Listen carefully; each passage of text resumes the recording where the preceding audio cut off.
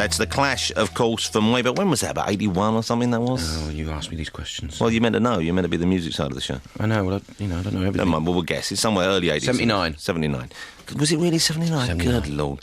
This is exciting. We have been joined by two of the most talented men from the British music scene ever. No doubt about it. I mean, they're knocking on, but they're still here.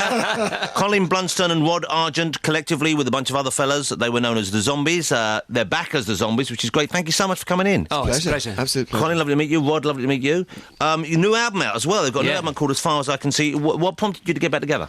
Well, it's not really a reunion as such. It's strange. This happened in a really natural way. About 3 years ago, I was doing a charity show and Colin was there, and we did a couple of things together. And afterwards, Colin said, "Let's do a few gigs," and we did. And sort of like Topsy, it growed and growed. Yeah. And we were having such a ball that we found ourselves working more and more. We went to America, and we were still calling ourselves just Colin, Blunstone and Rod Argent. And then I think it was this album, actually. We made this album, and I think because it was an album of me writing songs with Colin's voice in mind, just like when we first started out, and the fact that we've got a really hot band that we'd been on the road with for about 2.5 years, that suddenly there seemed to be, when we were playing the mixes back on the album, there seemed to be such a connection with the stuff that we used to do that it felt honest for the first time to actually... Isn't that interesting? Acknowledge it. And so what happened with the Zombies? Why did you guys sort of head off in your separate directions? Was it a painful... Did one of you go do Lally, or...? I think we'd come to the end of our artistic, creative circle. We all agreed that it's probably time for us all to get off and do other projects. It was just a mutual agreement thing, really. So it was quite amicable. That's quite rare, isn't it? I think it probably is. I mean, the irony was, a year after we split, which I think was in 67, a year after we split in America, we had a huge #1 record, which was Time of the Season. Yeah. And it was our biggest record. I think it sold about 2 million copies. That is a great record, isn't it? After the band had finished, yeah. It's the time of the sea. We played it early on. That's great. We heard it. Who produced that? Did you produce that? Yeah. Because you produced most of the Zombie stuff, didn't you? Yes, along with Chris White. Right. In the early days, yeah, absolutely. There's in the new movie, Kill Bill 2 is out in a couple of weeks' time, and they have She's Not There, the classic zombie song She's Not There, which is kind of, I'm not sure who's singing it. I think you told me who it was. Well, apparently, I haven't heard it yet, Jonathan, but apparently Malcolm McLaren put together, so I'm told, the Zombies track with Bessie Smith. Right. So how that works together, I've got no idea. Well, it does sound great. It doesn't sound as good as the original, I don't think. I'm not just saying that because you're there. But he uses a lot of it in the film. Oh, brilliant. He uses it very literally, which I found a bit odd. But, I mean, it's a great sound. You forget what a great song that was. Oh, thanks. I didn't realise you guys were only together for, really only working as Zombies. Was it 4 or 5 years, maybe? 62, Well, 63? Professionally, we were only together for 3 years. Yeah. Wow. 64 to 67. That's right, yeah. That's not. It's strange because there were a number of bands at that period who were good like you guys who didn't have the success they enjoyed. I always thought of you guys in the same way I thought of the Box Tops and bands like that who should have been bigger, never had anything like your success. But you know, the thing was that the world was so much a bigger place in those days, and we didn't realise what success we were having in different parts of the world. So there we were sitting in England in 1967, because in this country we only really ever had She's Not There as a hit. Yeah. Even though around the rest of the world we had quite a few things, and we were sitting here thinking, oh, it's all going to pieces. We're not having hits anywhere. But we really wanted to record a last album and produce it ourselves before we broke up. But we later found out that we had #1s in Australia, Japan, that couldn't happen today. There's no way the next day would not know that was happening now. Right. Yeah. Well, do you miss that period, though? There's something about the 60s. I was watching a documentary a little while ago. This is going to sound bizarre, and it sounds like I'm going off on yet another tangent, but it was a documentary that Marty Feldman had made for the BBC Two, tracing the roots of comedy. And in it, he goes and interviews Dudley Moore, who's sitting alone in his flat in Primrose Hill, and it's like the 60s, and it's clearly raining outside, and I thought, how beautiful that must have been to be there right then. And there's something we're missing there. We don't have that kind of simplicity. I mean, obviously Primrose Hill still exists, and it still rains occasionally, but the fact that, it just seems such a sort of gentler pace of life. There was an innocence in the 60s, that's really true. And there was also a feeling, I guess it was a post-war thing, really, where everything was just exploding. There was a feeling that everything was possible in comedy, in music. The Beatles were coming out and exploring all the boundaries of music. And it just felt, particularly in this country, that you could do anything artistic and explore all these boundaries, and anything was possible. Did you guys go off and have your Maharishi years? Did you go off and follow the Beatle trail and... No, I mean... that sort of thing? No, but I actually got to some degree into meditation in the sense that I still use it sometimes, but just as a technique. Same here. You do? When I'm suffering in tennis, I do the counting. No, it just clears your mind. It does, actually. It focuses you. You've got to try the meditation, Andy. You'd like I need it.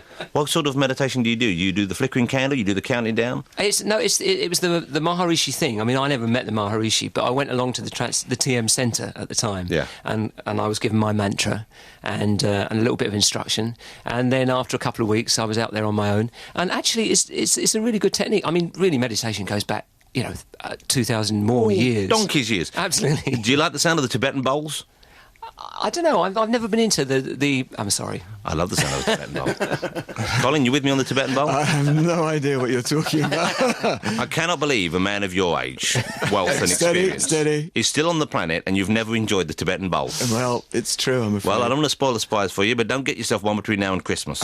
Okay? All right. Leave that for me. Okay. Now, you're going to play... What are you going to play for us in a minute? Well, we'd love to play a track from the new album, just piano and voice, Okay. which is called I Want to Fly. Don't do that just yet. No, we're gonna play the single. We're going to play the single Okay, first, and then cool. we'll chat a bit more. This is the new single from the Zombies. It's called In My Mind a Miracle. I think you're going to like it.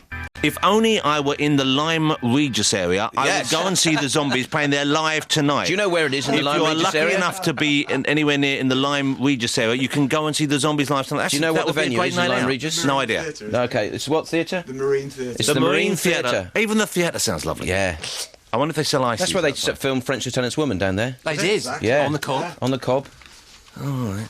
Well, just because you didn't know. I don't know the film much. Okay, the Zombies are playing live tonight in Lyme Regis. I guess, are you in the middle of a UK tour at the moment? No, or is we're this right kicking- at the end, actually. Oh, that's a shame. Last night, tonight. We've So been the touring- last night tonight in Lyme Yes. Regis? And then what are you doing after that? Well, the thing is, we've been on the road since the end of January, touring in the States with about 1 day off. We had a month's tour of the States. Right. We came back, had the rest of the day off when we got back here, and then started the UK tour Straight for in. 6 weeks. And it's our last gig tonight. But then after that, we've got promotions on the new album to do in Germany, Holland, and so. Are you guys married? Are you in relationship still? What's- Yeah, we're both married. What I yeah. can remember. Okay, yeah. so what do your wives do when you're away that long? You're like Nantucket whalers. You go off for years and they're left at home with the children. It's true, I know. I mean, for 12 years, from 64 to about 76, I was on the road non-stop. And I met my wife by that time, and she was used to it at that time. But then after that, I was producing other people, doing film schools and things. And You used to fool around when you're on the road, fellas. That's a yes then. Never. You see the amount of time Rod took to put your poor long stuff... Well, I'm sure she's forgiven you now. I hope so. I imagine at Kathy. your age now you can keep it zipped up though, Morris. He's straight back to the hotel room with a good book on Hitler now, isn't he? Look, I'd love to party with you girls, but I've got a new book about D-Day.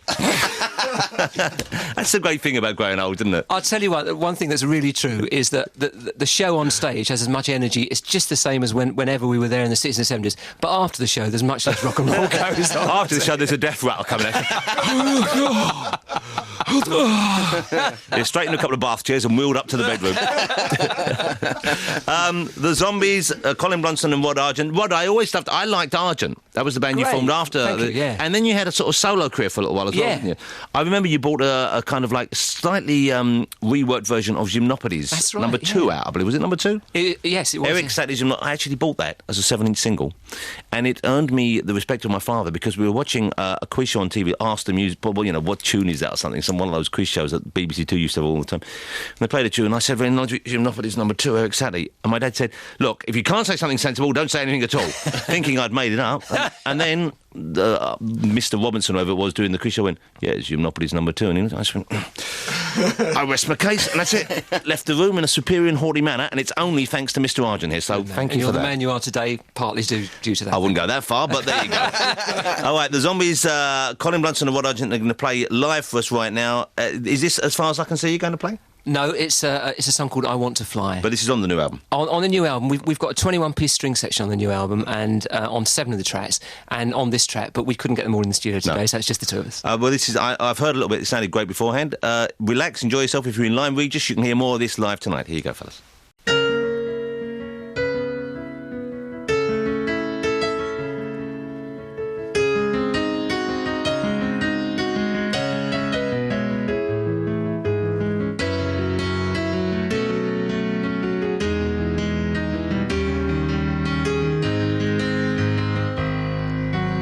Bathed in starlight,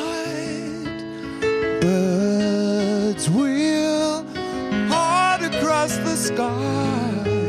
Me, I want to fly.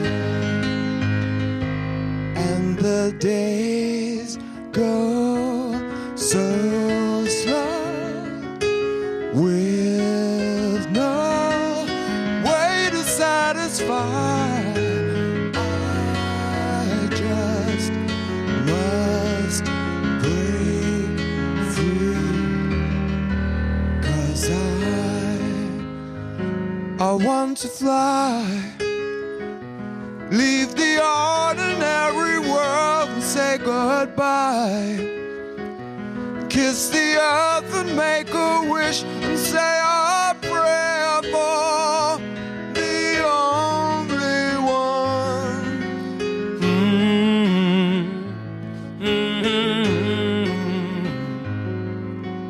Clouds come steepling, peopling fantasies that I watch as they race by, and my heart is breaking, aching for the reason why. Me, I want to fly. I want to fly. Leave the ordinary world and say goodbye.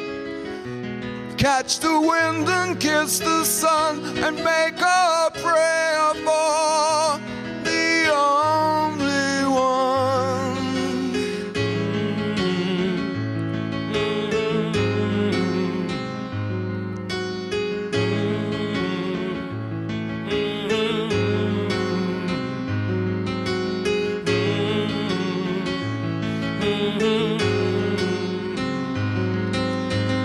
Sometimes I feel like I only exist, and I need to be free to become myself.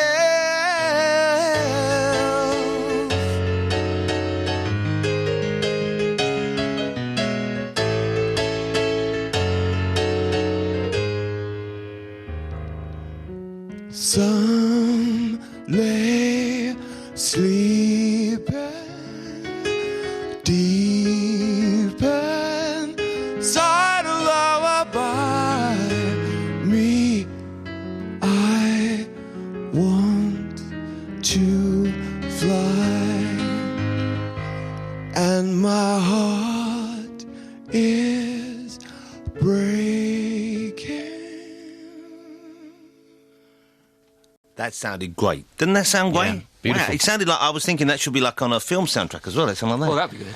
You know, the insurance firm's loss is our game, Mr. Blunstone.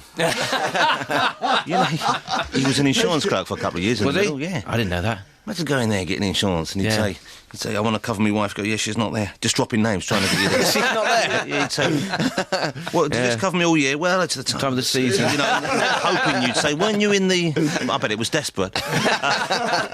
Hey, good luck tonight in Line. Just good luck with all of Europe that's lying ahead for you. Thank you so much for coming. It sounded fantastic. Thank you so much. Take care. Pleasure. Good to meet you. Thanks, John.